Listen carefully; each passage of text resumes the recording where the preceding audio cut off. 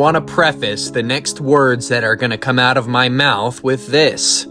This is going to sound crazy, but what if I told you the World Cup had attributes to it that actually suggested that the Earth is flat?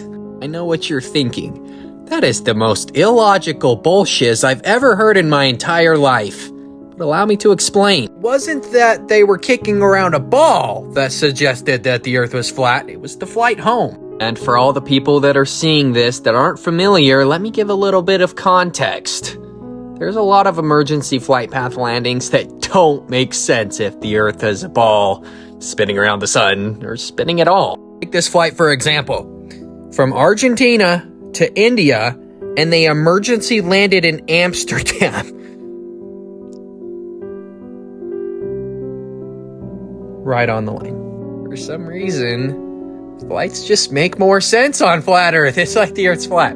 But again, yeah, this one's pretty bad. This one's pretty bad for the heliosexuals.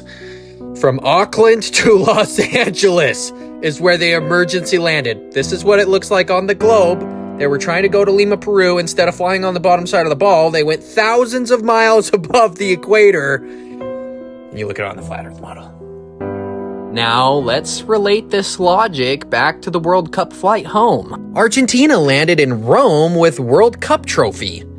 Argentina had a short layover at Rome's airport before continuing their flight to Buenos Aires. There's a little bit more information on the flight, and you'd think if these guys were flying from Doha to Buenos Aires, there's no way that they would go the opposite direction of where they were going, right? You're telling me these guys went the opposite direction? That's exactly what they're trying to say. They're literally... every flight. Flight paths, planes, it doesn't really matter. Once you get into the sky, it's a great proof that the ground below you isn't spinning. Take this plane right here, the SR-71. This thing's top speed is 2,200 miles an hour, meaning it goes 2,200 miles in 1 hour. How much curvature do you think is over 2,200 miles on a ball that has a circumference of 24,000? A pretty good amount of mileage, probably. Here, let me tell you exactly. This plane would have to drop 9.5 miles every 60 seconds. Meaning it would also have to drop 836 feet per second to stay at the same altitude if the Earth's surface were curved. Because think about it, it would fly off into space if this wasn't the case. Maybe the Earth is a level plane. Think about it. And if you want to think about more subjects other than this, check out my podcast.